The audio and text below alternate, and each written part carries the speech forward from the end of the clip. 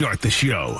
Here's John and Jim. All right, San Diego and Southern California, what's going on? It is hour one of John and Jim. And as Jim just told you, we've got the Sweet 16 at 4 p.m. So it is a short show as we react to opening day and look ahead to this weekend. In fact, Kevin Acee is going to join us in 15 minutes at 2:15, our Padres insider. Looking forward to catching up with Kevin. He's written a ton since the start of yesterday's game. And then we have Jake Zivin, who's been a bit of a good luck charm for San Diego FC.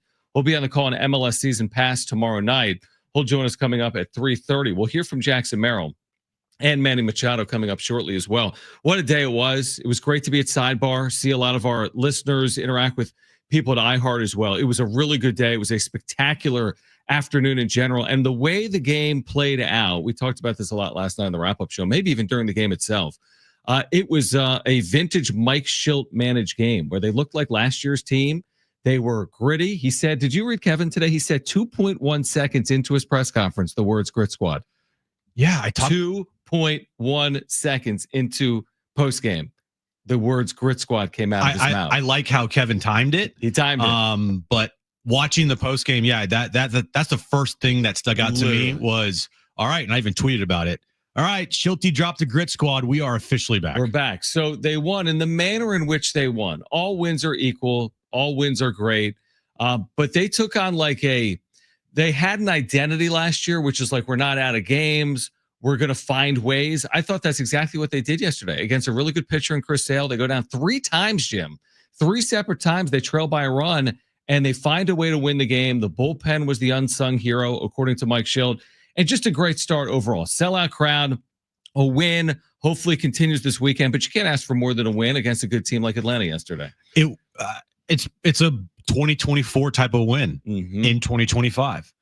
And we'll hear from Jackson Merrill and Manny Machado coming up here.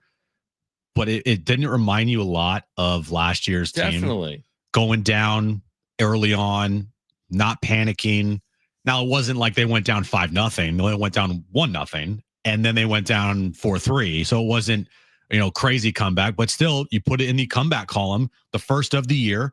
First game of the year. Absolutely. They had 38 comebacks last season, which compared to 2023 was a lot more, way more. Yep.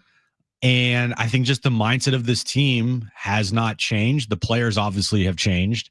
The roles have changed, but all in all, it's pretty close to a perfect start as you can get. You would love to have seen Michael King go deeper into that game, obviously. But other than that, I thought everything that they did yesterday, at least on day one, things can obviously change, but on day one, for anybody out there and pundits and analysts alike that thought, maybe the Padres are, going to win 82, 83 games, or they're going to be maybe an okay team. Like, no, if they stay healthy, they're a good baseball team. They're going to compete. And they have the talent to absolutely make the postseason. They absolutely have the talent. I mean, I think no one at bat further encapsulates like the state of the Padres than Jackson Merrill falling behind 0-2 to Chris Sale, lefty on lefty, with multiple runners on in the first inning. And then on a 1-2 pitch, he takes a breaking ball, lefty on lefty with Sale, that crazy like extension of his arm. He takes a pitch, lefty on lefty, like lowing away a breaking ball, and he's able to single that up the middle to give the Padres a lead. This was Jackson Merrill postgame. This is a star in the making. This is a 21-year-old. This is someone hopefully that spends the next 10+ seasons in San Diego. This was Jackson Merrill postgame following a Padres win. Plate appearance, you fall down 0-2, and you still put together type of at-bats you've done all last year of just looking to get something done with 2 strikes, it looked like. Yeah, I mean, what else do you expect? Chris Sale get down 0-2. I wasn't surprised by it. I wasn't stressing over it. I got down 0-2. I was like, it's fine. I got one more. Yeah, I try to put the bat on the ball. With runners in scoring position, I think 2 outs, but at the same time, put the bat on the ball, make a play. As much as you contributed on the offensive side, how exciting was it to leap up and rob that home run also there in center field? I didn't feel bad because, it saved us a run or whatever rally it would have started. But I didn't go out to Drake. I'm sorry, man. Your debut, I can't understand how that feels. But, no, the adrenaline was going. I told my family, my girlfriend before, this is going to be a blackout day. I'm not really going to remember it after it happens. So here we are. And I don't remember too much. This was a big part of your team's identity last year, the come from behind victories. How important is it to establish that again here right in the early going? Yeah, I mean, we were down 1 at the max all day. Like, we were never down that much. So for us, it felt like we were winning the game even when we were losing. We like to say that we apply pressure, we don't feel it, and that was the story today. We didn't feel a lick of pressure. We were all in that game the whole time, every pitch. What do you make of this to start the 7th inning? 4 runs there. How cool is it to see him knock that one over, coming in a spot where he's been shooting? Hey, bro, don't sleep on these Baltimore boys, bro. That's all I'm gonna say. These Baltimore boys, they got it in them. But I was hyped for him. First day being a Padres uniform, homer, tie the game, opening day. Nothing better than that. Will you wear that shirt all year? I actually just put it on. I was trying to find him in the tunnel, but he wasn't out there. So, but Miss Pro, happy with the guys we got in this room, though. Couldn't be happier. Speaking of which, what do you make of what this happened? All right, so he was wearing a Jerkson Profar shirt. He was wearing his own shirt. Yeah. Which I'd be cool with as well, but he was wearing a Profar Padres shirt? Yeah. That's cool. Yeah, it was the one where he did the heart I remember. over his head. Yeah. So, dude's 21 years old. Still 21. What? Yeah. This guy is wise beyond his years. That at bat in the first inning, like we just talked about. At bat of the year. So far. The at bat of the season. Is it not? It just shows you how mature he is at the plate, even though he is so young. I mean, 10-year vets don't even do those types of things. Down 0-2 to Chris Sale, lefty on lefty. Most lefties would crumble, but not Jackson Merrill. He is turning into an absolute superstar. And I saw today, Steve Phillips, I quote tweeted it. He was on MLB radio saying, "Oh man, I definitely underestimated Jackson Merrill last year. This guy's a stud." Like, no, actually, you just weren't watching him last year because he was doing these things last year as well. But I think a lot of people, I honestly, I'm okay with that take because I don't think if you weren't watching as often as we were, I don't think the numbers do justice what he meant to their team. Because there's other players around baseball that would have put up comparable numbers, and they don't necessarily stick out the way Jackson Merrill did last year. Now, he was a 20-year-old last year, and he switched positions. And he was a 21-year-old like a month in the season because his birthday's a month from now. So. I guess my point is him doing it as a 21-year-old is unbelievable. But I'm just saying when you look at a piece of paper and say, okay, 24 homers and 800 OPS, like really good year.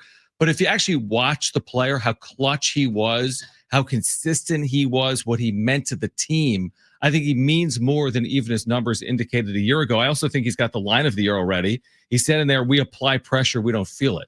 Someone put on a t-shirt. I absolutely love that from Jackson Merrill. Now there was Manny Machado, who we heard from yesterday before the game. Machado, who had a big game yesterday, clutch hit down the left field line, a double that hit the chalk as well down the left field line. Machado caught up with the media after the win as well. Opening day wins are fun, but the way you guys did it again, it seems like it's just picking up right where you guys left off last year with the come from behind victory. Yeah.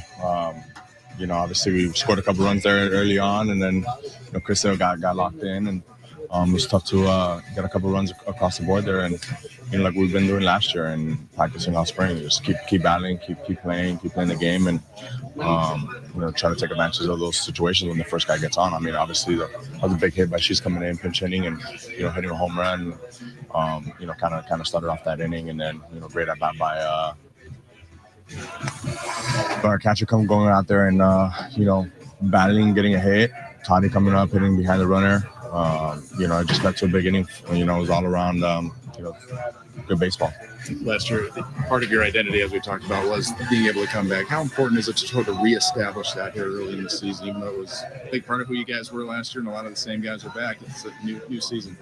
I mean, emphasis all spring training was continue to grow, right? Continue to grow from where we left off last year, and it was a good example today. We just gotten better overall as a group. We've learned from each other. We've learned, how to deal with these situations, and we're just continuing to get better at it. For you personally, coming back healthy this year from day number one, to be able to get the big hits that you did, and also stealing some bags, how good does it feel to be able to contribute every way today? Yeah, man. It's gonna take everything, all part of the game, and try to take out all the tools out of the tool bag. But just going out there trying to compete, trying to do what we can to get some runs across the board and help our pitching staff out. So, whatever it takes. Do you think he knows the catcher's names? Because it didn't sound Our like catcher? he did. He's like our catcher. He was brain farting there. He still knew, even though he was here last year. Diaz was here last year. I know, when he was on the playoff roster. He didn't play. No, but he did have 2 hits yesterday. He sure did. I won't say he struggled behind the plate, but he was definitely struggling to get used to Michael King and his pitch and If his I was pitches. to put it on one of the two, I would have put it on King. Me too. King really struggled with his command. Yeah, his command was really bad struggled. All right, Kevin Acey is going to join us on the other side. We're here until 4. It's a shorter John and Jim. We have the Sweet 16 coming up at 4 p.m. I think the first game, Michigan State, Ole Miss, right here on San Diego Sports 760. Kevin Acey, our Padres insider, next.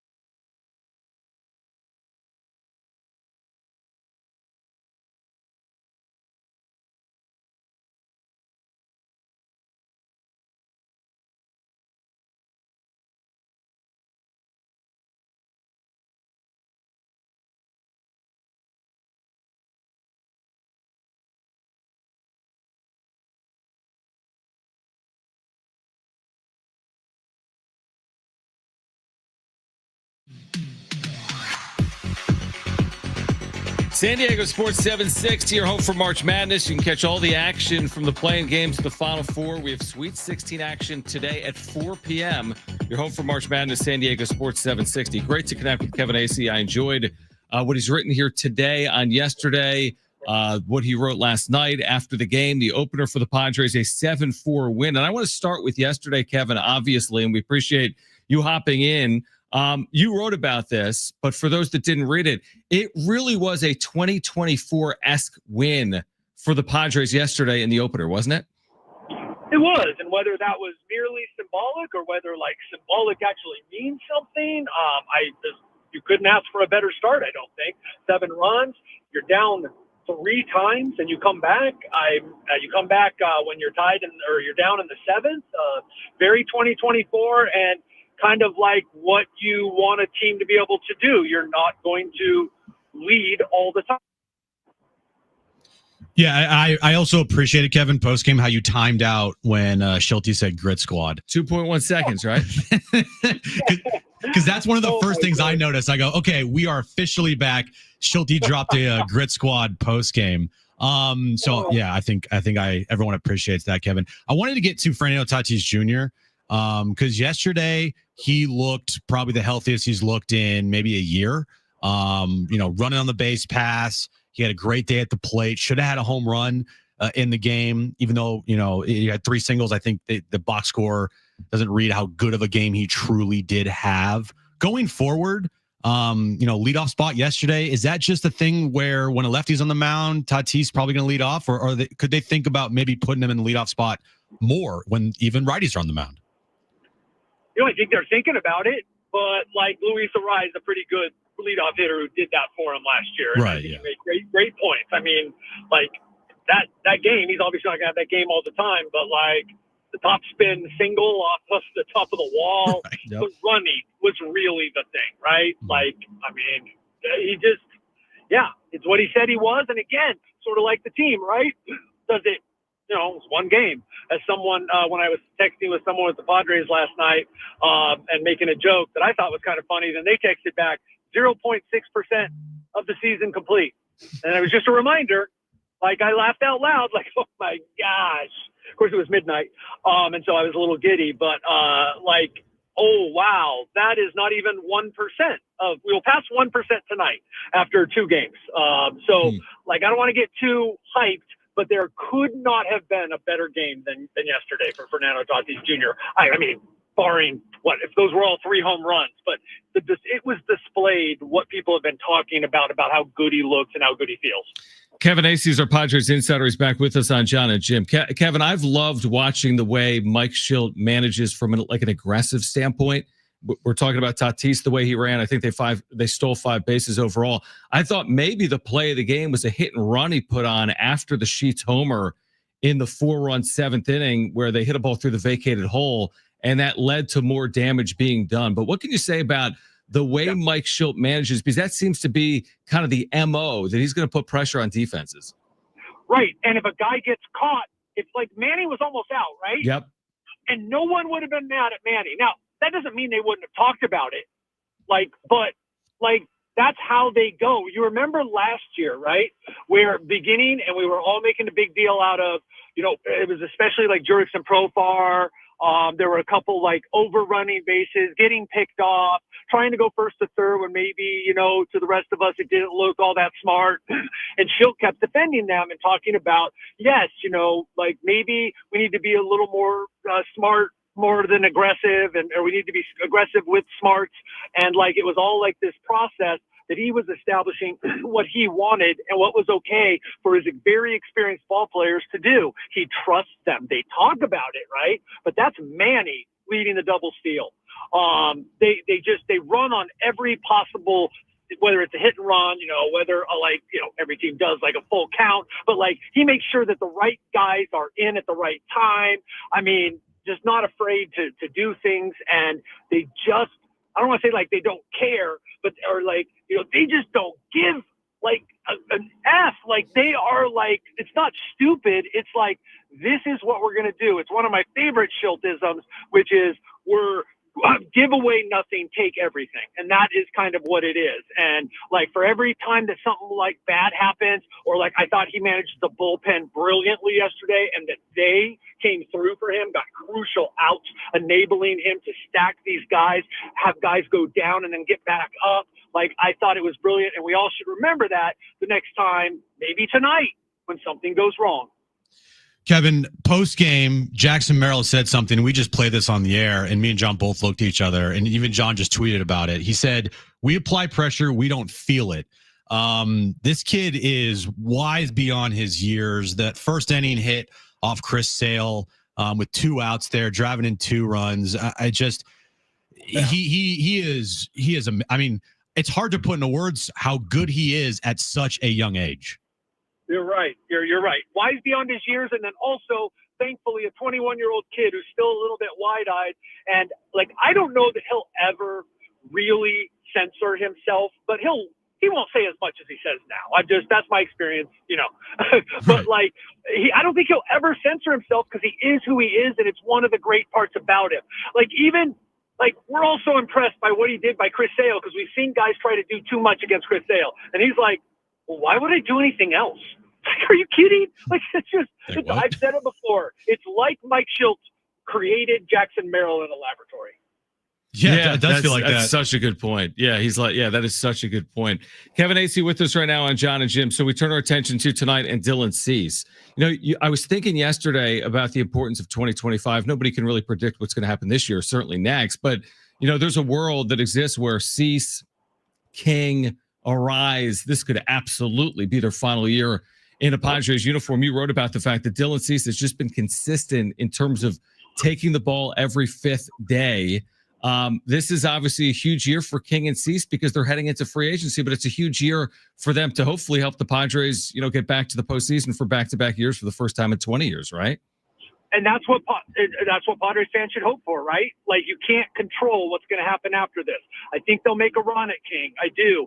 They might make a run at Arise, depending on, you know, what are his numbers, like the slugging and the on base this year and all that. But like I think they'll make a run at King.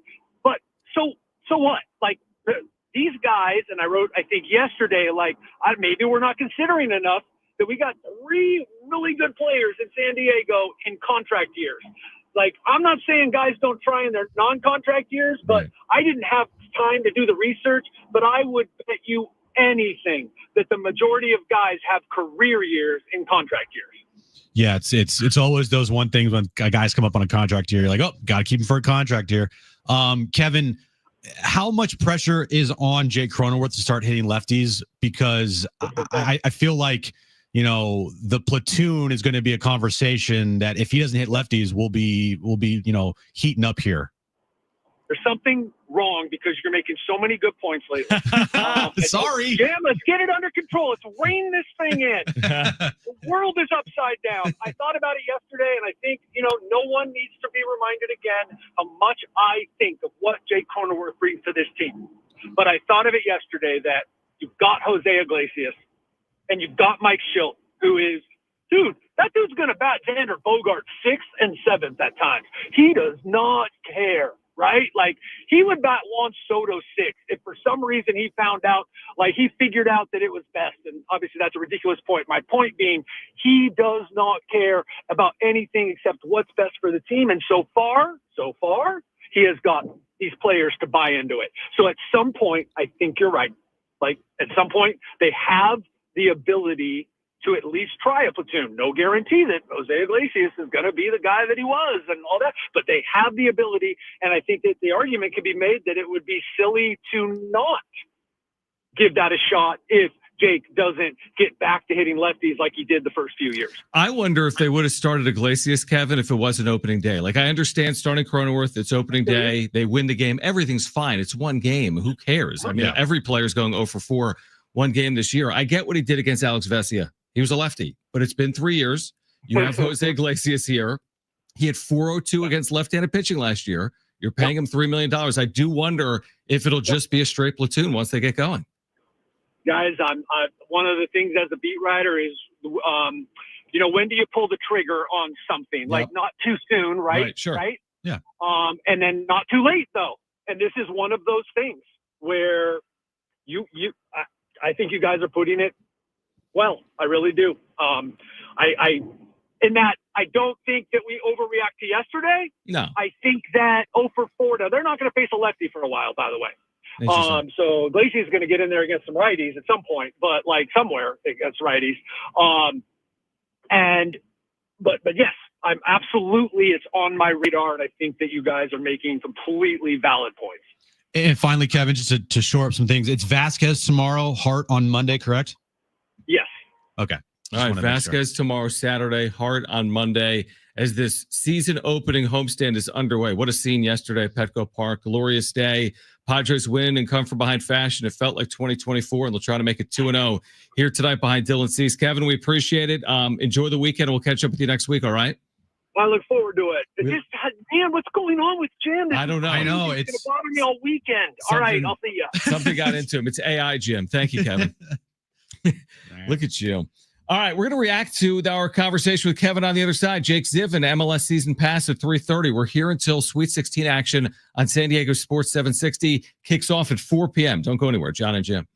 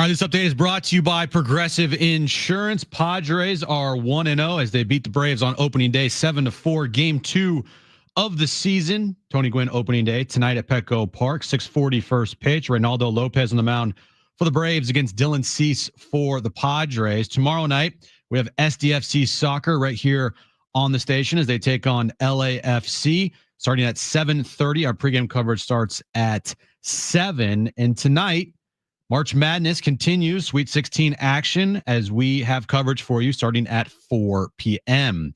Progressive Commercial Insurance can protect your small business with over 30 coverage options, an easy-to-use mobile app, personalized discounts, and more. Get a quote in as little as 6 minutes at progressivecommercial.com. Discounts and coverage selections not available in all states or situations.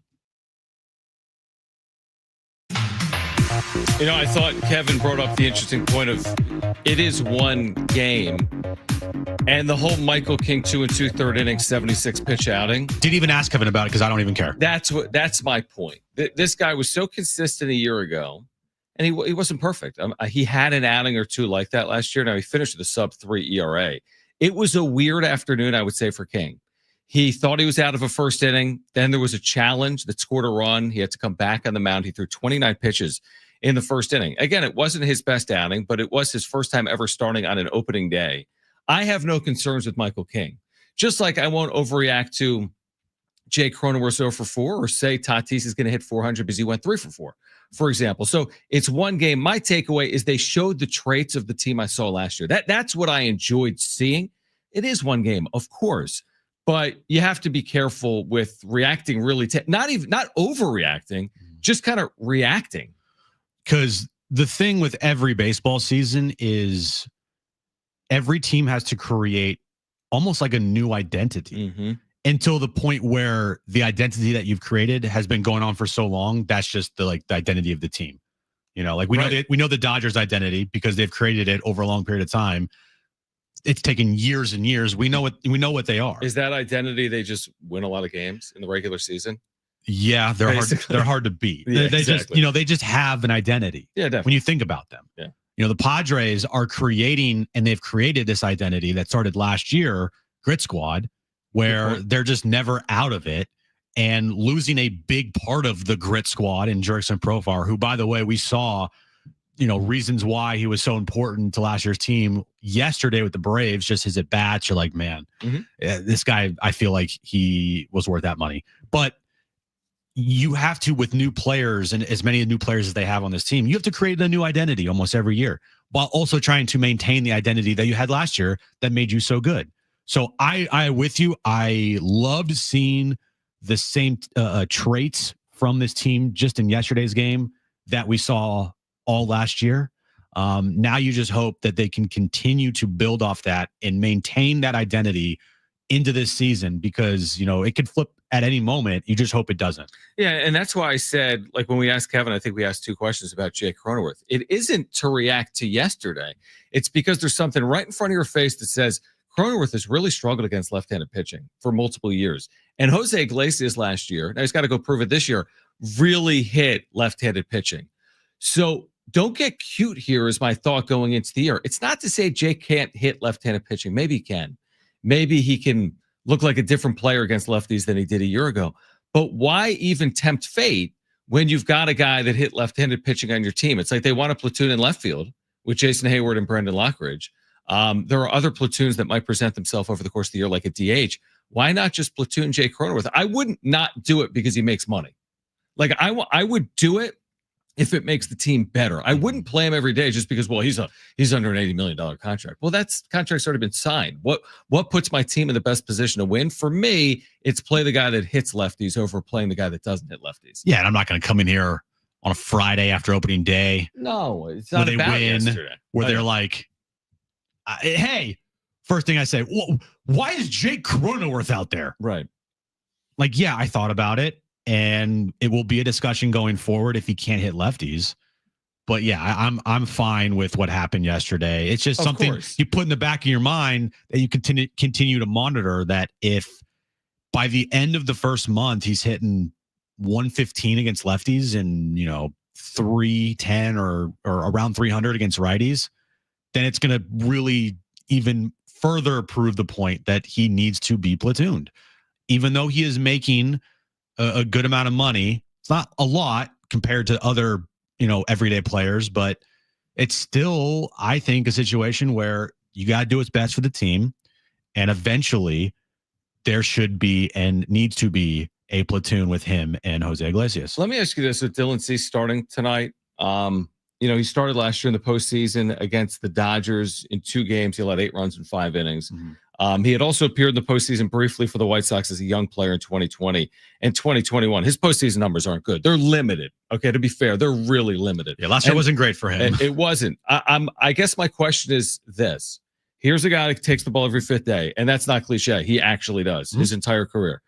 Does he have anything to prove heading into 2025 the way 2024 ended? No. It's just like I look at Manny Machado. He's been really bad in the postseason. Yeah. Does he have anything to prove? Well, he's got a much larger sample size of disappointment in the postseason. Yes, much larger. Yeah. But if I'm trying to, but he kind of does. Give me an example. But I would say with Manny is like, show me the sausage, not how it's made. I'm already ready to fast forward to him helping carry the team to the postseason. Then once he gets there, he's got to contribute to helping them advance and win. And that will be a conversation that we hopefully have in October. Can you actually perform in the postseason and not have these awful numbers that you've had? Same thing with Dylan Cease. Small sample size. Still, I don't have any problems with Dylan. No, not problems. I have no worry about Dylan. I have nothing that I'm thinking like he needs to prove anything. He doesn't have to prove anything. Right. He's one of the best pitchers in the game, especially in the National League. Just like Michael King yesterday. Michael King proved it last year. So yesterday to me is just a one-off. Is he healthy? Yeah, cool. Bad command. Probably was too hyped. Chris Sale to start that game also had bad command. Now he locked in and did really well. He did. Yeah. But still, I just look at it as Michael King threw a million pitches yesterday. They're not going to tax him. It's not like he gave up 6 home runs. He just didn't have good command yesterday.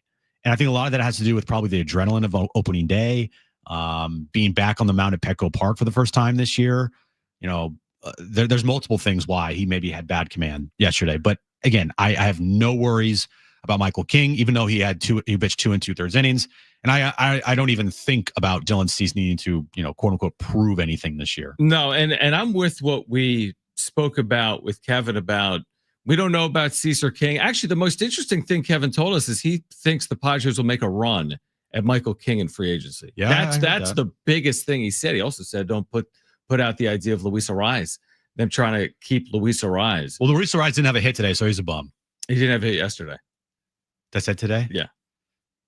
Luis Arraez didn't have a hit yesterday. That's another conversation. We can have it later this hour about the Tatis Arraez thing. I love Tatis leading off games. He proved it again yesterday. He's been a great leadoff hitter in his career. Kevin wrote about it today. Maybe it's one of those like embarrassments of riches. You're good either way. You could put Tatis second in your lineup. You can bat him 4th. You can have Arraez obviously at the top of your order, or you could bat him second as well. I like Tatis leading off, not just because it was a left-handed pitcher, but because Tatis causes havoc. He was running yesterday. We know his ability to get on base. He sees more pitches, obviously, than Luis Arraez. Arraez doesn't see a lot of pitches. What do you think the lineup's going to look like tonight against a right-handed pitcher? Good question. I can't wait to see it. We'll see it by 3 p.m. probably. But if Tatis is going to stay relatively healthy this year and be able to run on the base paths and not have any restrictions, I am hoping and expecting him to have a 30-plus stolen base season. Has to. At some point in his career, he's going to have that. Or I mean, the guy, when he's healthy, is one of the most electric players in the sport. And so seeing yesterday how Tatis could easily turn a single or a walk into a double just because of his speed on the base paths. Luis Arraez, you look at his numbers in his career with runners in scoring position, really good. And Luis Arraez does, things that no one else does, which is he never strikes out. So, let's just say you have Tatis, right? Gets on base, steals second, Arraez moves him over to third. Now you got to run at third with less than 2 outs right away for Manny and Merrill. Yeah, or Arraez is getting him in. I mean, Arraez, like you said, hits with men in scoring position. Shoot, is he going to have 95 RBIs if you bat him out of the leadoff spot? seeing it yesterday in action, I know Luis Ariz has been leading off for most of his entire career, but the only way that I would put him in the 2-hole is if Tatis was fully healthy, which he is.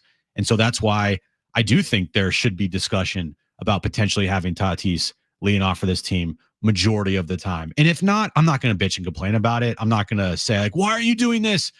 But it is interesting that you look at Tatis's career numbers hitting leadoff. Some of his best numbers are when he hits leadoff for this team. The fastest player in baseball history to 50 homers, 50 steals in a career is Fernando Tatis Jr. That's the fastest, but then he hasn't run since. Exactly. He has not run basically since that fast start to his year. Fastest player in baseball history to 50 homers and 50 steals remains Fernando Tatis Jr. Who would you bat leadoff this season? Fernando Tatis Jr., Luis Ariz, or a combination of both? Jake Zivin will join us coming up at 3 p.m. Do we have a giveaway today, Brent? We do. The Willie Nelson, Bob Dylan tickets. We've got a giveaway for you. We'll do it on the other side of this break. Don't go anywhere. Willie Nelson and Bob Dylan tickets. We'll give those away coming up next. John and Jim.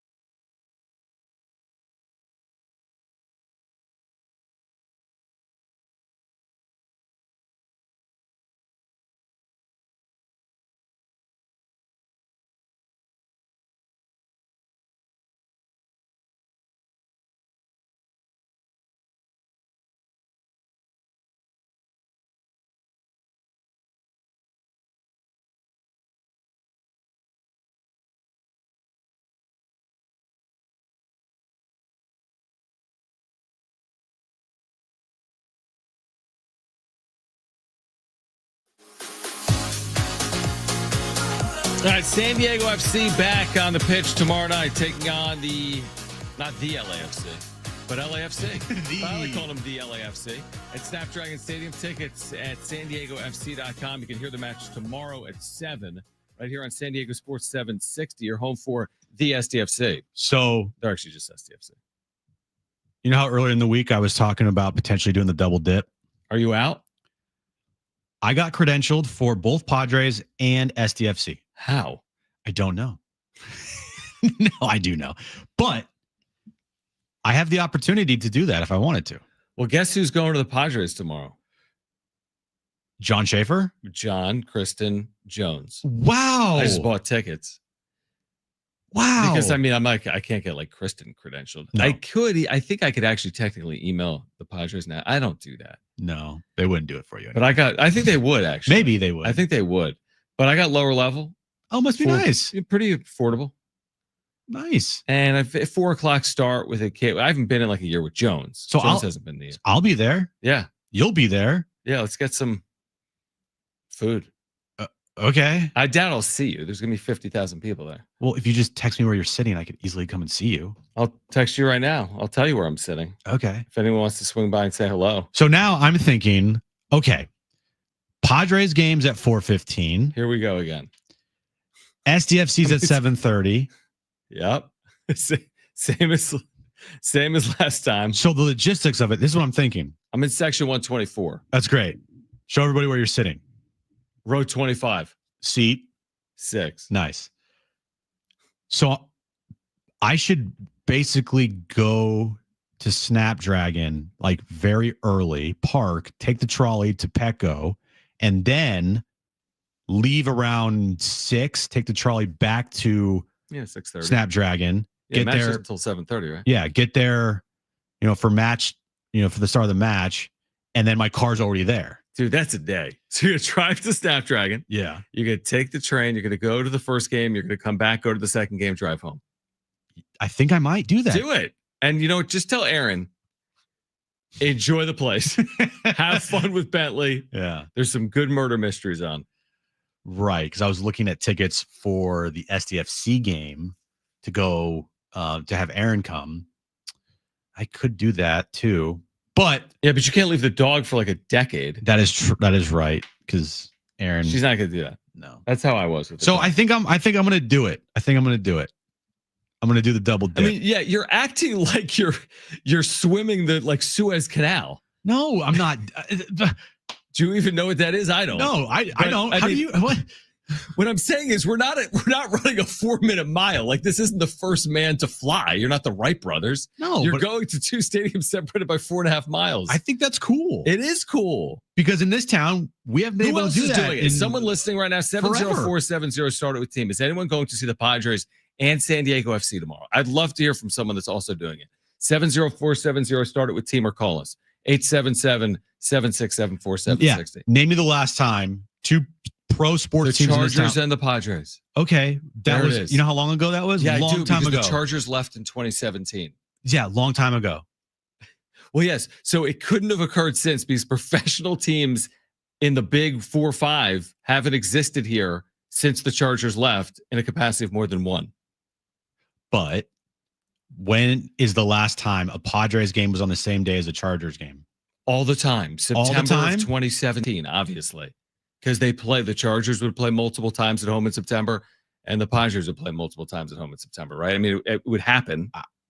I guarantee to you that in 2016 or 2017 or whatever their final year was, there was an overlap of Padres and Chargers.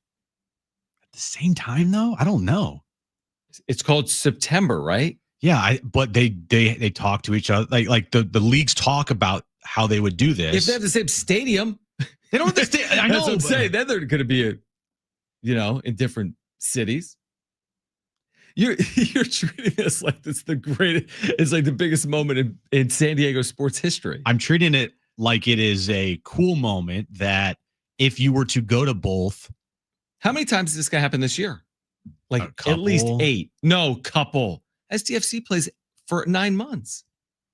But San Diego, the Padres aren't going to play every Saturday game at 4:15. Oh, I got you. But they'll play on Fox earlier tomorrow. They'll play a lot Oh, later on Saturday? Later, yeah. Like 5:40? 5:40-ish. Yeah, I got you. So that's my point is there will be some overlap because both teams will be played at the same time sometimes. But this is an opportunity where you could theoretically catch both games in its entirety, maybe. Yeah, that's true. If you book it back to back. So you're saying it's a little bit like, okay, if you're in one of these huge cities, whether it's San Francisco, Los Angeles, New York, whatever, Philly, like there are days where like the hockey and the basketball team are playing, 4 hours apart. Or there's days where the NFL team and the Major League Baseball team are playing 6 hours apart. Like it's happening in San Francisco. It's happening in Los Angeles. It just isn't happening here because we just don't have the opportunities for it to happen. Right. And so that I'm saying it's not like a thing that never happens in the country. Like you just said, it happens. I'm sure the Mets and the Yankees have days where the Mets play at 1 and the Yankees play at 7. Right. But here in town, yes, I'm treating it as like this hasn't happened in a long time where you have two pro teams playing on the same day in San Diego, not at the same time. So there's an opportunity to catch both games. And maybe you're going to be the only one to do this. That's the thing. I want to know if there's anyone else doing that. I don't think I'm going to be the only one doing it. Not the only one. No. Who else is doing it? I am curious. I'm curious. 767-4760 or 70470 started with the word team. Do you think that once the Padres game is over, Manny's going to go over to the STFC game? 100%. I bet he's going to be like, hey, do you want to take the trolley with me? I have an MTS pass. Catch the second half. The trolley. He'll be on the trolley. Can you imagine that? His own trolley. Merrill will probably be on that trolley with you wearing a Chucky shirt. Do you think Manny will wear his and all the other players that got jerseys wear their SDFC jerseys tomorrow during warmups, and then Grupner walks by with like a scowl on his face and like says, cover that up? Yeah. Who do you think is lifting the SDFC like golden ball before the match? Good question. Because it is against LAFC, their new rivals, and that's a good question. Maybe, I don't know, man. Trevor Hoffman. He just threw out the first pitch yesterday. Maybe, it'll be interesting. Maybe it's someone more soccer specific than baseball specific. Probably. Because again, nobody knows what time the Padres game is going to end. Mm-hmm. So you can't assure yourself the Padres are going to be there right like when the match starts. Yeah. I'm interested to see who does that tomorrow. Lineup's out. We'll talk about it on the other side, but we promise you tickets to see Willie Nelson and Bob Dylan. Call right now if you want them. Caller 5, you're going to see Willie Nelson and Bob Dylan at the North Island Chula Vista Amphitheater May 15th, 877-767-4760. Willie Nelson, Bob Dylan, May 15th here in San Diego. Call 877-767-4760. Tickets and info at Ticketmaster.com. Padres lineup is out. We'll share it with you on the other side. Jake Zivin, MLS Season Pass.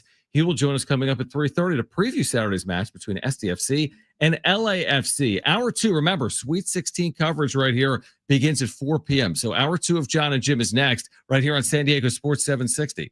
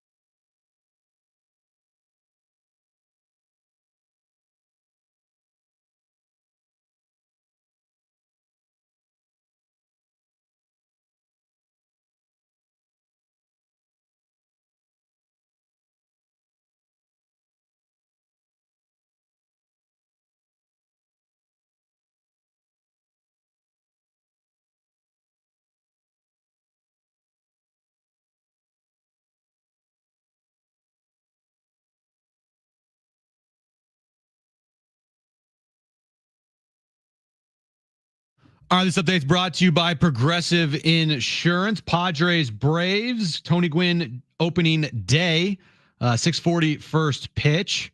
Ronaldo Lopez on the mound for the Braves against Dylan Cease for the Padres. Opening lineup, not opening lineup, but the lineup for today's game has come out. We'll talk about that coming up next. And SDFC takes on LAFC tomorrow night at Snapdragon Stadium. 7:30 is when match gets underway, and 7 p.m. is when our pregame coverage starts right here on San Diego Sports 760. Progressive Commercial Insurance can protect your small business with over 30 coverage options and easy-to-use mobile app, personalized discounts, and more. Get a quote in as little as 6 minutes at progressivecommercial.com. Discounts and coverage selection is not available in all states or situations. It's John and Jim to warm up that drive home. Opening day at Petco. Fly ball, center field, struck pretty well. Harris going back at the wall. It's gone. First debut in a Padres uniform for Gavin Sheets. He takes it out of the yard. The Padres get it done in front of the faithful, and SDFC faces LAFC up in LA. Now, time for John and Jim. All right, San Diego and Southern California, what's going on? Final hour of John and Jim. You might be saying, thank you, but why?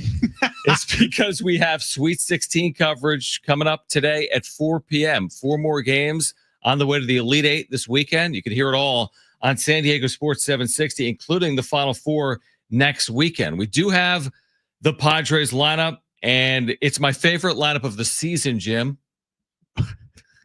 Well, you've had only 2 lineups to pick from. The reason I say it is I like Tatis as a leadoff hitter, and they leave him in against a right-handed starter, Ronaldo Lopez, who was terrific last year. So Tatis leading off. Arise will hit second. Manny bats third. Jackson Merrill hits cleanup. Jay Cronenworth, who's very good against right-handed pitching, or was last year, bats fifth. Xander hits sixth. Gavin Sheets, the hero, put a mural up. Someone said in the wrap-up show last night. He bats seventh. Jason Hayward's in left field hitting eighth against the righty, and then Martin Maldonado will catch for Dylan Cease. Is it your favorite lineup of the season, or just your second favorite lineup of the season? Well, I would have to say it's probably my favorite. Okay. Of the 2. Actually, no. You like yesterday's Yes, more? I like yesterday's better. How come? Because Elias Diaz is in there instead of Martin Maldonado. Okay. But Lockridge, not Hayward. True, but not with all due respect to Lockridge, he may hit left-handed pitching. Maybe. Yep. But I do like the fact that they're rolling with Tatis here, at least maybe early on, in the leadoff spot. Mm-hmm. It just makes a lot of sense. And you could talk about it. And the more you talk about it, the more sense it makes why Tatis in leadoff spot just works. And with Luis Ariz behind him, just works. I would much rather have this team unlock Tatis than Luis Ariz. Yeah, because Tatis is going to be here for the next decade. Exactly.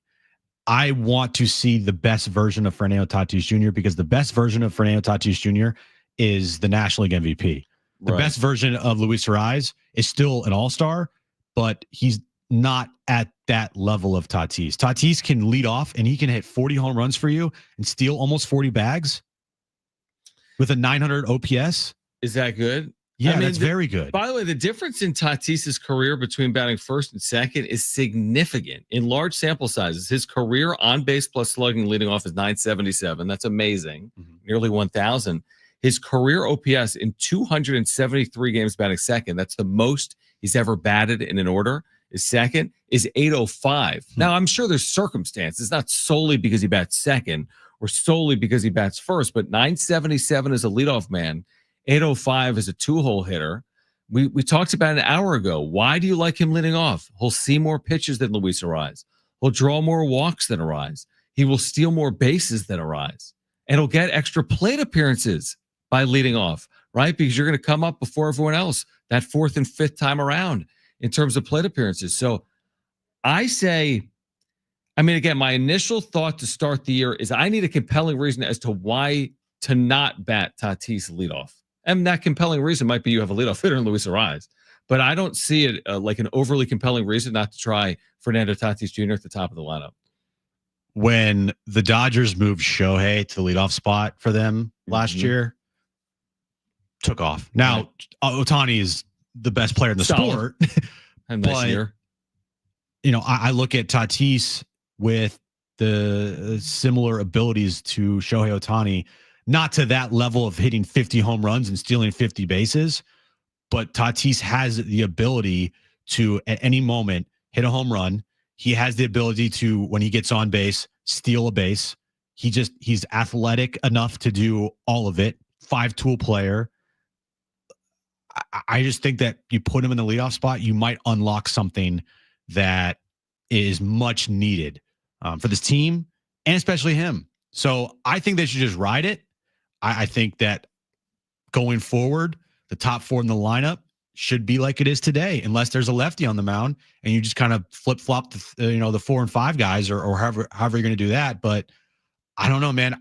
After seeing what Tatis did yesterday, and yes, it's only one game, but then hearing him post game how he's healthy, give me Tatis in leadoff spot for the season, man. By the way, Ohtani's career OPS as a leadoff hitter in 156 games is 1,014.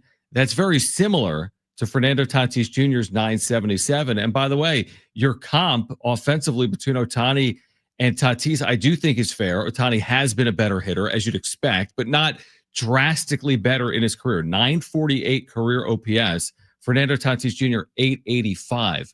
There's a difference, but it's not this wide-ranging difference. And there would have been a time when we looked up 2 or 3 years into Tatis's career, and that's who he was. Yeah. He's obviously dipped off the last couple. And he's just such a dynamic player when healthy.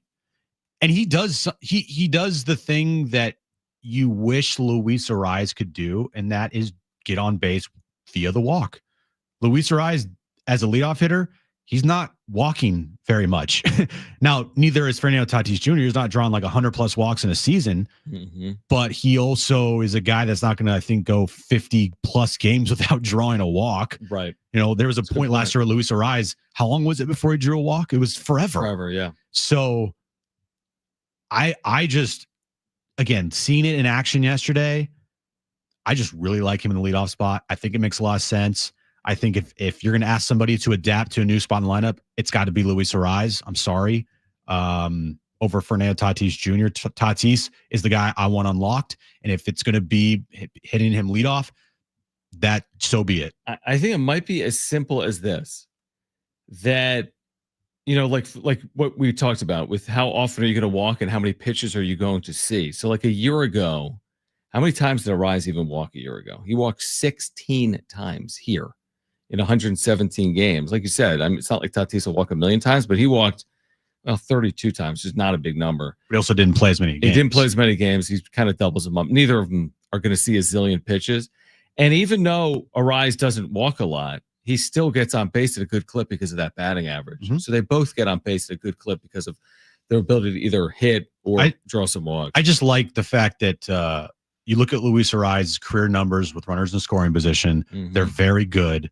I think it's around 360-ish, maybe higher. Career, is it that high? I mean, his career with runners in scoring position is really good. His career with runners in scoring position, you say is 360? I'm going to look it up. I don't have it in front of me, but I'm going to find it. I'm just saying, you get Tatis on, RISP. You put him in scoring position. Dude, his career, I cannot believe this. And we went through the same mind-blown moment last year.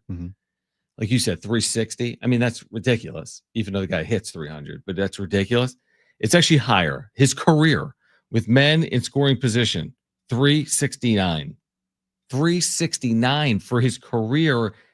That's unbelievable. So that is why hitting Ariz in the 2 spot can make a lot of sense, because you get Tatis on, he can go and steal you a bag, boom, in scoring position. But I'll one up you. How about just in his career with men on, first, second, or third? So not even men in scoring position, 365 in his career. What about with nobody on? 300. Okay, so you look at the numbers, you break it down, it makes a lot of sense to have Tatis be the leadoff guy for this team. I agree. When healthy. If Tatis is healthy, you have him lead off. We cracked the code. There you go. The Padres are doing this. I know they are, it's good. But I've just advocated for this. It's just when they do it and you look at all the numbers to why they're doing it, it makes so much sense. And I love it. And I hope it continues. And I hope Tatis stays healthy, because if he's healthy, then you could see a lot of games like you did yesterday this season. Anything else here tonight in this lineup? Jackson Merrill will bat cleanup. Jake Cronenworth hits fifth. And we'll see Gavin Sheets start after that pinch hit home run, and Jason Hayward get a chance in left after not starting yesterday. Then Martin Maldonado starting in game 2. Anything else stick out in this lineup here today for the Padres for you? No, I like Gavin Sheets in there. He deserves to be in there, obviously. And I think even if he struck out yesterday, he was going to be in the lineup today against a righty. No, nothing else. Nothing else really. You could look at yesterday's game too if you want to like nitpick at stuff because it's just day one, right? I thought the error in the 9th inning by Xander was unacceptable. I thought early in the game, thankfully, Jackson Merrill picked him up. Or no, who was hitting behind? Oh yeah. You're saying when he didn't come through. Oh, he struck out against whoever started yesterday. No, he didn't strike out. He popped up to second. But he also struck out later with men on. Right. Yeah. Was it Jackson Merrill hitting behind him yesterday? I think he was. Yeah, he was. I think it was Tatis, Arise, Manny, Bogarts, Merrill. Yeah. So Merrill picked him up big time yesterday. That's right. It's a game. One game. It's one game, and they won. But already one game in, you're like Xander, same old Xander, doing things that you kind of get frustrated watching him do. Yeah, I mean, I understand that sentiment. If you're a Padre fan, the sentiment is fair.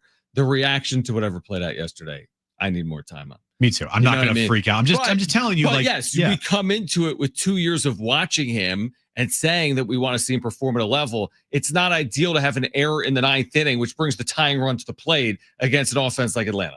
And opportunities in the game, not coming through at the plate, having your 21-year-old kid have to do the job for you. Right. So in game 1, is that the way I want to start? Probably not. But because they win and because it's 1 of 162 and because of what Kevin told us earlier, it's 0.6% of a season.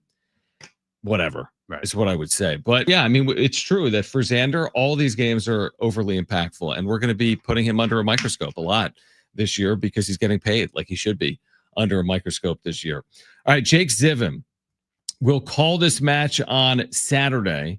San Diego FC, LAFC. He will join us coming up at 3:30. So Jake Zivin, I thought he was a good luck charm, but I think he called the Austin FC match, and SDFC lost. So he was a good luck charm the first couple of matches of the year. But Jake Zivin will join us coming up at 3:30. And then a reminder at 4 p.m., we have Sweet 16 action. Here are the matchups tonight, by the way. Ole Miss and Michigan State will tip off at 4:09.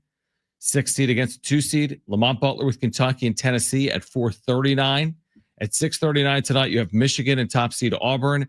And then at 7:09 tonight Pacific, 4th seeded Purdue and number 1 seed Houston. That is in the South. Of course, the Midwest. Of course, the Aztecs are the second to last team to beat Houston. The second to last team to beat Houston. Houston has lost just once since San Diego State beat them November 30th, which is absolutely bonkers. Absolutely bonkers. And by the way, we saw great games last night. That Arkansas-Texas Tech game last night was a terrific, terrific basketball game. Man, if you're Arkansas, if you're Kyle Perry, you're like, what the hell happened? 13-point lead, 4:25 to play. Now, it's great for my bracket because I had Texas A&M. Texas Tech. Sorry, Texas Tech. My bad. I also had Texas A&M. But Texas Tech I had as well, higher seed. It was chalky last night. It was all chalk. Yeah, with Texas Tech coming back. But they were good games, so I appreciate it. I thought Duke-Arizona was a really good game. Yeah, and Cooper Flagg. Oh he's unbelievable. Yeah. And he might stay. He said earlier this season he wants to stay for a second year. I'll believe it when I believe it, when we see it. Mm-hmm. But how are they not the favorite? I know there's good teams. There's some great teams in college basketball. The top of college basketball is elite, but Duke's right there. I can't now. I think they play in the same bracket. Let me see here. Yeah, I can't wait to see that Duke Alabama game. That could be like 110 to 119. Yeah, it could be a high scoring game. Alabama yesterday hit 25 threes. Dude, they can put it in the basket. 25. Yeah, they're really good. They score a lot of points. A record for most makes, a record for most takes in the history of the NCAA tournament. The total on that game right now is 173.5. That should be 400. Yeah, I agree. It should be much, much higher. We'll get into tonight's matchups in the Sweet 16. Plus, Jake Zivin will join us at 4 p.m. And the latest from Petco Park is the Padres get ready for the Braves. Game 2 of the season, game 2 of the series coming up later on today. We're here until 4. It's John and Jim.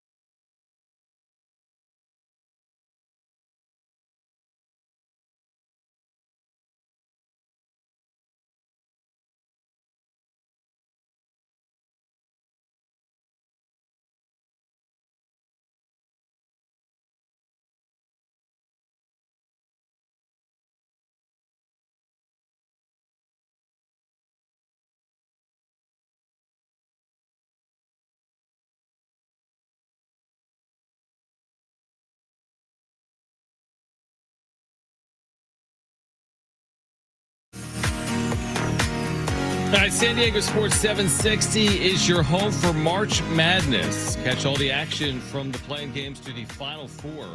Sweet 16 action continues today at 4 on your home for March Madness, San Diego Sports 760.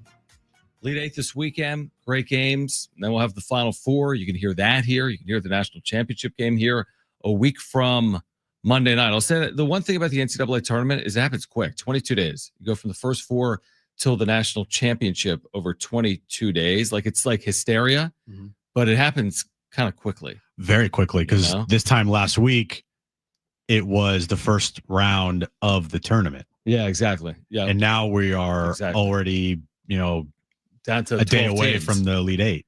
Yeah, exactly. It happens quick. And the games were good last night. I think that first round, second round games, people were all complaining about it, but you're getting the best teams in there now.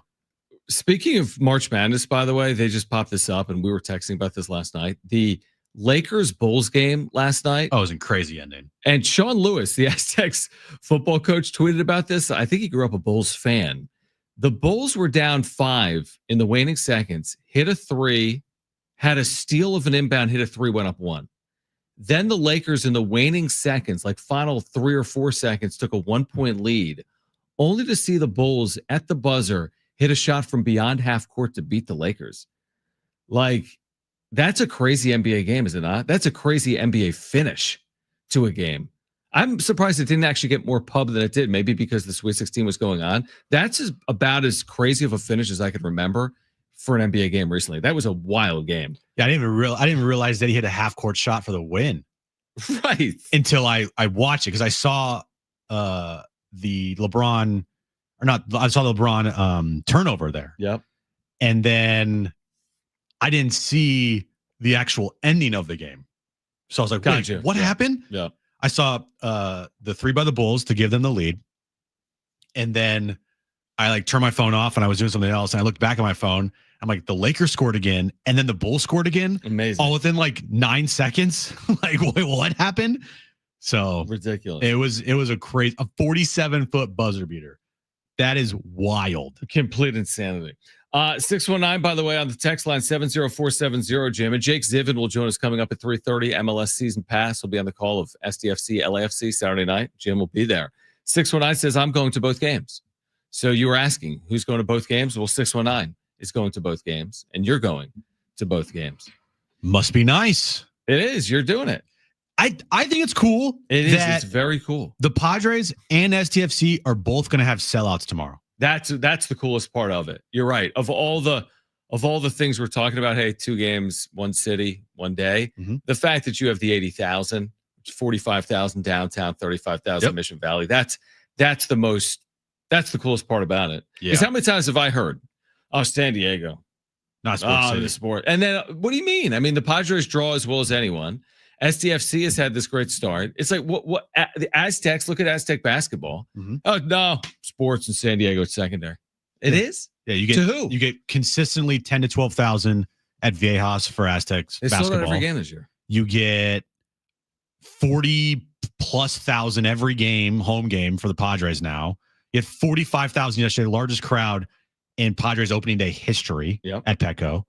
You now are getting 30,000+ for SDFC matches. The Wave have the most attended women's soccer game in the history of the country. Right. I was at that game. It was like 34,000. And they've consistently drawn well, really well. I mean, 20, 25,000 people. Those are huge crowds. Yep. So, it's, the sports scene here in town, it's thriving. It's doing very well. Not what I hear. San Diego. Let's see what happened with the Chargers. Yeah, it was 10 years ago. Okay, so Jake Zivin will join us coming up at 3:30 again at 4 p.m. here today. You'll want to be here for Sweet 16 action. And then, of course, tonight, Padres and Braves game 2. I watched the game yesterday, obviously, like everyone else, this Padres-Braves game, and I watched the Braves. To me, scare me. I think the Braves lineup is as good as it gets. I think it's very similar to San Diego. I think they look different than the team we saw last year in the postseason because they start the year healthy. They have Chris Sale. Their starting rotation is really good. Like Lopez today, what is 2 ERA or sub 2 ERA last year. To me, Atlanta is a serious threat in the National League. I mean, they've been in the postseason 7 consecutive years. I love their lineup. I like the rotation. I think this should be a really good series. Atlanta's a team that I could see winning the East. But if they don't win the East, they're in the play. They're in the postseason. That's why the National League East is going to be a dogfight between the Phillies, the Braves, and the Mets. Even though the Mets lost on opening day yesterday, did the Phillies lose on opening day as well? I don't think they did. Did they? They won. Phillies yesterday played baseball. They played baseball. And they scored more runs than the Nationals. Oh, okay. Counts as a win. Did you see Mackenzie Gore's line, by the way? Couldn't have been good. Look at his line. Hold on. Don't tell me. Mackenzie Gore yesterday was pretty good. 6 innings, 1 hit, no runs, 13 strikeouts. They could use them. Pretty good, right? Well, you want Juan Soto. I know. Right? I just say it was really good. Really good for him. How about CJ Abrams' line? See his? No, I didn't. Take a Ofer. 0 for 5 leading off. How about James Woodline? See that? Ofer. Batting second. Padres won the trade. Yeah, exactly. Or did they with the Mackenzie Gore? Maybe not. What were we talking about?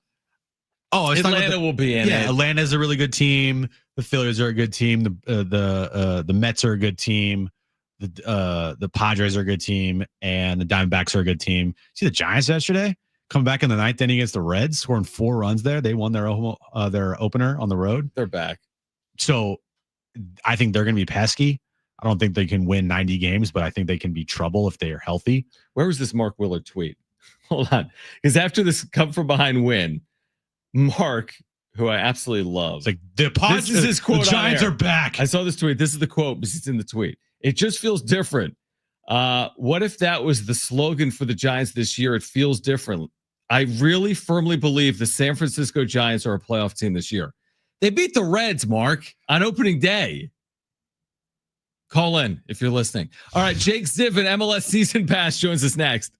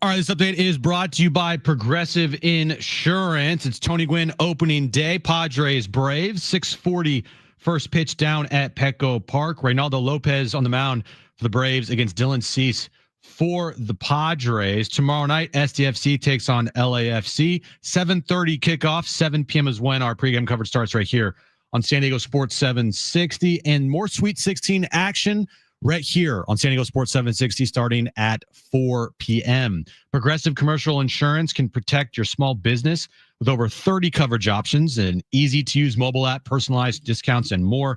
Get a quote in as little as 6 minutes at progressivecommercial.com. Discounts and coverage selections not available in all states or situations.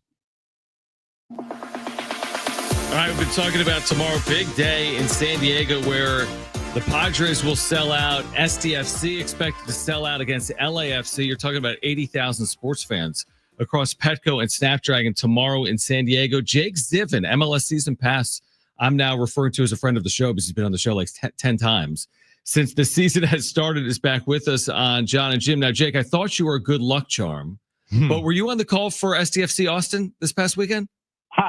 We were. Oh, there goes that. I've missed you guys. I hope you've been well the past couple of weeks. We have, and we're looking forward to having you back in the call on MLS Season Pass, Apple TV, Saturday at 7:30, where it's expected that Chucky Lozano is expected to return in some capacity, right? What are the expectations there, and what impact do you expect him coming back from this lower body injury? Look, I think so. I mean, we saw he returned to training last Friday, so a week ago today. So I certainly expect him to be available. For him to start would probably be asking too much. I don't have any inside info in that regard, but when you're coming back from an injury and he's such an important player, you don't want to risk anything. You don't want to rush him back. But man, what a boost that could be if Chucky could come off the bench and provide a big spark for San Diego in what to me is going to be a really, really good game. I think this is going to develop into a great rivalry in Southern California. LAFC are a big club, a glamour club, and man, I'm really excited for Saturday night. Yeah, it's going to be a sellout tomorrow at Snapdragon Stadium. LAFC expected to have around maybe 1,200 of their fans at the stadium. They've really developed, Jake, into one of the best, traveling road teams in the league. It feels like they're trying to raise the bar here for other clubs around Major League Soccer. Absolutely. And they are a blueprint, not necessarily to copy, but to try to aspire to for an expansion team like San Diego FC. I mean, LAFC, and give Atlanta United similar credit, who came in the year before, they changed the perception of what an expansion team can be in MLS, of how ambitious you can be from the start, of how successful you can be right away on and off the field. There's no doubt. Look, they've been great on the field with the exception of maybe a season or two. And they've been equally as impressive off the field. They've got a great fan base in Los Angeles and throughout Southern California. Yeah, they travel wherever, but it's a particularly easy road trip down to San Diego. So it does not surprise me to hear that number. Yeah, it should be a really cool atmosphere, obviously, tomorrow night. Jake Zivin, MLS Season Pass, Apple TV, back with us here on John and Jim. What's the next step here for SDFC? Obviously, you got off to that unbeaten start, the best in the history of Major League Soccer for an expansion franchise, suffered their first loss this past weekend. So what's next here for SDFC moving forward? Yeah, it's bouncing back from the first loss, right? I mean, with every expansion team, there's a first everything, and you have to deal with it, whether that be the first game, which they dealt with great, the first home game, they dealt with okay. And like you said, four in a row unbeaten, just the second team in league history to do that, incredibly impressive. But now it kind of gets real. They lose a game, and the depth was really tested. They were without 4 opening day starters in Austin, a 5th projected starter in Andres Reyes, who hasn't played yet this year. That was difficult for them to overcome, and ultimately they played probably their worst game so far. They lost. Now they've got to bounce back. So it's kind of how they deal with it. How everybody, like Mikey Varas kind of said, he told us, we talked to him yesterday. He said, it's never as good as you think it is. It's never as bad as, you might think it is as well. Right. So it's kind of taking that approach now. Like, look, it's one game we lost, and now we got to get back to what we had been doing that led us to success the first 4 weeks of the year. How good is LAFC? They're right behind Miami as far as the favorites in MLS to win the Cup. Yeah, they are very good. They have one of the best attacks in the league, led by a player named Denis Bouanga. Wears number 99. He'll play mostly on the left side. He is as dangerous, as electric as any attacking player in this league. He scored 20 goals each of the past 2 years. It was the 20 goals 2 years ago was the best in the league. It was the Golden Boot is what that's called. And he is particularly dangerous getting behind defenses. So if you're a San Diego supporter and you watch that Austin game and you saw how many times Brandon Vasquez or Osman Bukhari was in alone on goal, you'd be a little worried about that being Denis Bouanga in those same situations this week, because he'll score 3 or 4 goals if he gets those opportunities. I think that it's going to be really important for San Diego to deal a lot better with that space behind, because there's nobody better than Denis Bouanga in getting into those spaces. And it's not just him. There's talent all over the field, a great central midfield. They've got a legend in goal in Hugo Lloris, the longtime France #1 and Tottenham #1. Really good back line. They're not going to dominate with the ball. They used to several years ago. They've kind of changed their setup. They want to defend and then counter, which fits their talent and their players really well. But man, they're a great team, battle tested. They as good as anybody in the league, I think. Jake Ziven with us right now, MLS season pass. So speaking of LAFC, right? Steve Cherundolo is the head coach who's out of San Diego. Can you speak to his ascension? Because I remember he was in the USL as a head coach, and now all of a sudden he's with LAFC. How did this come about, and what's the future look like for him? So look, I mean, Steve's a San Diego native. We asked him yesterday about a homecoming, and he's like, I'll have like 12, friends and family there. I like to keep it small. He kind of joked that everybody can come see him anyway, right? Because he's in Los Angeles, so it's not like this big homecoming for him. But yeah, look, he's, as a player, one of the most underrated careers for an American in the history of the game. For a decade plus, he was the lock-in starting right back for the U.S. national team. He played for Hanover in Germany for 10 plus, 15 years, whatever it was. They called him the mayor of Hanover. I mean, he was a legend on this Bundesliga team at a time when that was unheard of for an American to do that. And then kind of started his coaching career there in Germany at the youth level and as an assistant, before, I think, making a very calculated move to come back to the United States and come back to MLS. Like you mentioned, it was at the USL first with the Las Vegas Lights, who are the affiliate of LAFC. So I'm not saying that they brought him in as kind of a coach in waiting. I don't think it was maybe that specific contractually.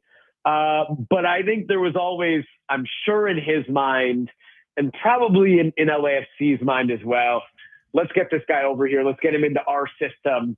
And if it doesn't work out with Bob Bradley, who was their first coach and had a ton of success and led them to great success, built such an incredible thing with LAFC. But after, 4 or 5 years, it kind of was dipping. They needed to make a change, and Steve Cherundolo was right there. So I see that as kind of a calculated move on both sides, and it's worked out great for him. Do you see him potentially maybe one day being the USA team's head coach?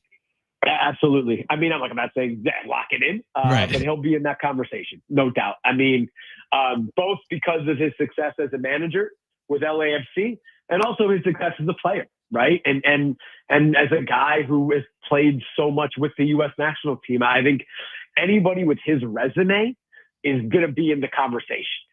Whether or not that job is one that he ever wants or ever gets, we'll see. But I think for sure it wouldn't make sense right now, right? I think that, they had to go to Pochettino. They had to kind of go to this big name international coach. But we're seeing now that just having a big name foreign manager doesn't automatically lead to success.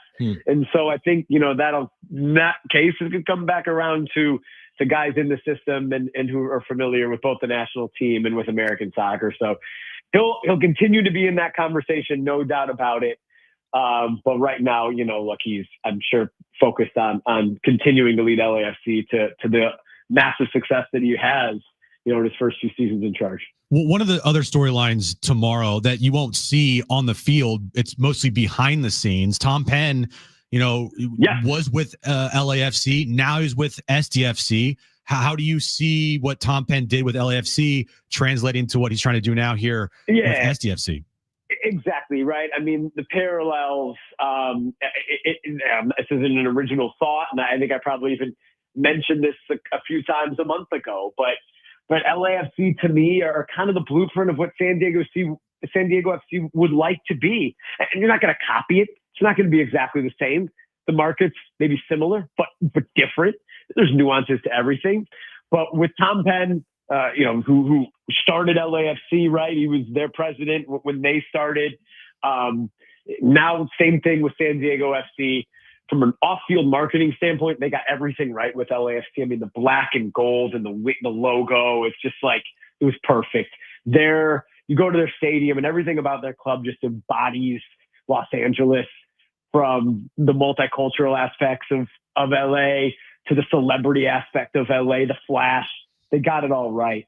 And so I think Tom Penn certainly is bringing a lot of those ideas. Again, it's different in San Diego, but to similarly kind of try to create a team that embodies the culture and the feel of the city. And then on the field, LAFC, a big reason for their success was Carlos Vela, a Mexican superstar coming back from Europe in his prime, or at least with a lot of really good years left. And he was the best player in the league for several seasons. And San Diego FC, the same playbook, they hope, with Irving Chucky Lozano. Now, Vela did it. Lozano, we still got to see it from him, of course. But on paper, it was a very similar move and a very smart move. Jake, we always appreciate the time. We are looking forward to tomorrow night, Snapdragon Stadium, San Diego FC, LAFC, 7:30 p.m., MLS Season Pass, Apple TV. And always appreciate the time. Enjoy Snapdragon, and we'll do it again soon, all right? Hey, always a pleasure, guys. Appreciate it. Jake Ziven. Again, you can listen to that match right here. San Diego Sports 760, Adrian Garcia Marquez, and Warren Barton. Is Darren doing pre? I don't think so. Darren, are you doing pre? I think Darren's just going to go as a fan. All right, that's cool. Maybe that's better than doing pre. Yeah, Darren is the host of STFC Midweek Live, but there's a rotating chair in the booth with Adrian Garcia Marquez for the season. So you have Sal Zizzo, you'll have Warren Barton, you have Darren. Well, they have big shoes to fill because Darren's got a good record so far. Darren has a great record. Need a good record. Yeah, he was actually doing play-by-play for the game on Sunday, which is super cool. Very cool. Super cool. Now they're 0-1 with his I was going to say, Darren, maybe stick to analyst if you want it to remain exactly unbeaten. All right, we'll get you ready for the Sweet 16. We've got coverage beginning at 4 p.m. And again, we're leading up to the Padres game 2 against the Braves, game 2 of their season coming up tonight down at Petco at 6:40. We're here until 4 on John and Jim.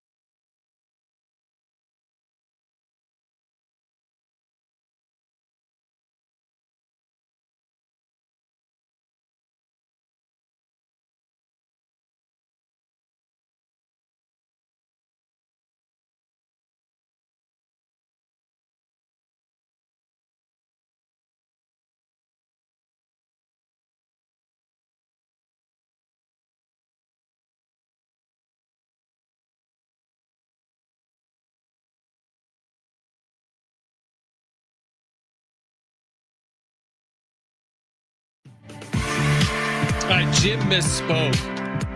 Darren is doing pre-half and post, you idiot. Sorry. Tomorrow, beginning at 7 p.m. right here on San Diego Sports 760. There's a lot of moving parts all the time. I can't keep up. I'm sorry. Now, I think it's a No fair one tells question. me. Now, here's a fair question, because again, when you start and you could text us there. Would you prefer to go as a fan? Or would you prefer to be, I feel like sometimes when I work some of the San Diego State stuff, sometimes I'm like, man, it would be cool to just attend a game one time and just not have to be all prepared for the game and not have to this, do that, and the other. else, yeah. Even though I enjoy doing it, but sometimes there's something to be said about just being a fan. Yeah. There were a lot of Padres games last year that I went to just as a fan. Yeah, it's like a little different. It's awesome. Yeah, exactly. You don't have to worry about have a beer, you can cheer. It's great. You can boo. Exactly. Yeah, it's awesome. I think I think going as a fan just is much better in these situations, obviously. And when you go so much as a media member, you kind of at times lose that. Not saying you lose the fandom, but you kind of lose a little bit of it because you're going a lot of times not as a fan. Yeah, exactly. I mean, you're working. Yeah, yeah, it's different because you want to cheer. You want to no cheering in the press box. I know you can't cheer in the press box. Right. Okay, I'm with you on the beer thing, but my thing is you're gonna watch the game anyways, so you might as well get paid for it. Well, okay, that's fair, right? You know what I mean? It's like that Joker line from Dark Knight. If you're good at something, you might as well get paid for it. Right. Yeah, no, I don't disagree with that. No. I don't disagree with that at all. Even though I don't think I'm being paid for it if I go, though. Oh, yeah, but Darren is. Darren is, though. Yeah, in Darren's situation, you're basically, I hate to put it this bluntly, you're getting credentials just to go there for free. Yes, but I'm also... Now, you are working. You do a really good job with social media with it. So you're doing social media. Some people would just get in with a credential and do absolutely nothing. Correct. And get like the food and the Diet Coke. Correct. Sit there. Yes, but that's not Jim Russell, and it's not, I'm being honest. No, I do. I do the social stuff. I do the things that no one asked me to do, but I just do it. Exactly. Yeah. All right. At 4 p.m., we have Sweet 16 coverage for you from Westwood One right here on San Diego Sports 760. The first game of the night: Michigan State, Ole Miss, South Region, Atlanta, Georgia. Then coming up at 4:39 today, Kentucky and Tennessee. Briefly on Lamont Butler, 4-year, Aztec for life, Aztec San Diego State grad, the biggest shot in the history of San Diego State, one of the biggest moments in the history of sports in this city. He has won 9 NCAA tournament games. This will be his 13th tournament game of his career. He is 9-3 in the tournament. He's been in the Sweet 16 3 straight years. He's played for a national championship. It's an SEC game tonight, Kentucky and Tennessee. If Kentucky wins this and goes to an Elite Eight or further, the expectation of Kentucky is always to go far. Even they have a first-year coach at Mark Pope. Even if their season ends right now, I think it's a great year. Getting to a Sweet 16, they lost in the first round last year. But man, Lamont's legacy is unbelievable, really. Just in general, whether it's here or now elsewhere, where if they win one more game, man, there's very few players that have gone to, multiple Final Fours or multiple Final Fours at different programs. Maybe I don't know who's done that, but he's inching closer to being one of those guys. Yeah, the dude's had a really, really good college career, and it obviously peaked in the Final Four when he hit the game winner over, ironically, Nick Boyd. That's right, which we've talked about a million times here. And that shot, dude, if I were him, I mean, I'd be watching that highlight every single day of my life. It's not. I wonder how often it comes into his feed on social media because he's getting tagged. I wonder how many times he's watched it or thought about it. It's a great question. Because, who knows if that moment will ever happen again for him? But for anyone, it's the only buzzer beater in the history of the Final Four with the team trailing ever. I was just talking about like buzzer beaters in, a game. Like just anything, exactly. Yeah. So we had one earlier that year against New Mexico. Yeah. About 3 weeks earlier, actually. Yeah, really. He's had some injuries this year, but overall, Kentucky has a very good chance to make a trip to the Elite Eight. Yeah, I'll be watching that again. Kentucky and Tennessee, and then the nightcaps here tonight: Michigan and Auburn. Speaking of the Aztecs, Chad Baker-Mazara actually went Division II before he went back to Division I. Chad Baker-Mazara for Auburn, top seed in the tournament, and then Purdue and Houston. And we mentioned the local ties that the Aztecs beat Houston in November of 2024. So this season, they are the second to last team to beat Houston and Houston will play Purdue coming up tonight at 7:09. All of those games in some capacity can be heard right here on San Diego Sports 760. How are you feeling from a Padres perspective tonight? Dylan Cease. That's all I got. Dylan Cease in the lineup that we talked about earlier. 2-0 or not? What's the record on Monday when we return to the radio? 3-1, 2-2, 4-0, 1-3. 1-3 case. Yeah. I'm hoping 3-1. That'd be awesome. I'm hoping 3-1. I'm hoping too, but the Braves are also a really good team. Yep. But the Padres are a really good team as well. I'm just excited baseball's back. I'm excited that we get to talk about this every single day now. Like it's not like we weren't talking about it every day already. I was gonna say we were, but we were. Roki. Yeah, Roki. He was John working Seidler. out. Yeah, he was throwing in a Padres. We saw him in a Mexican restaurant downtown.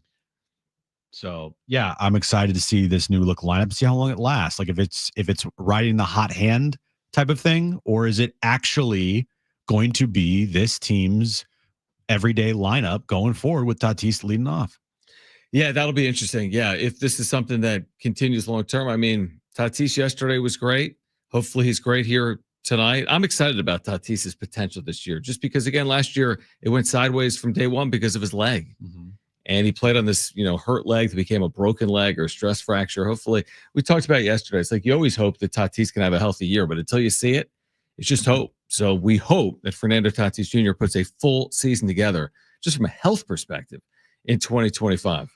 And Mike Schilt just started talking about why Tatis or why he's leading off, but the show's already over. So, Well, do you have a quote or anything or no?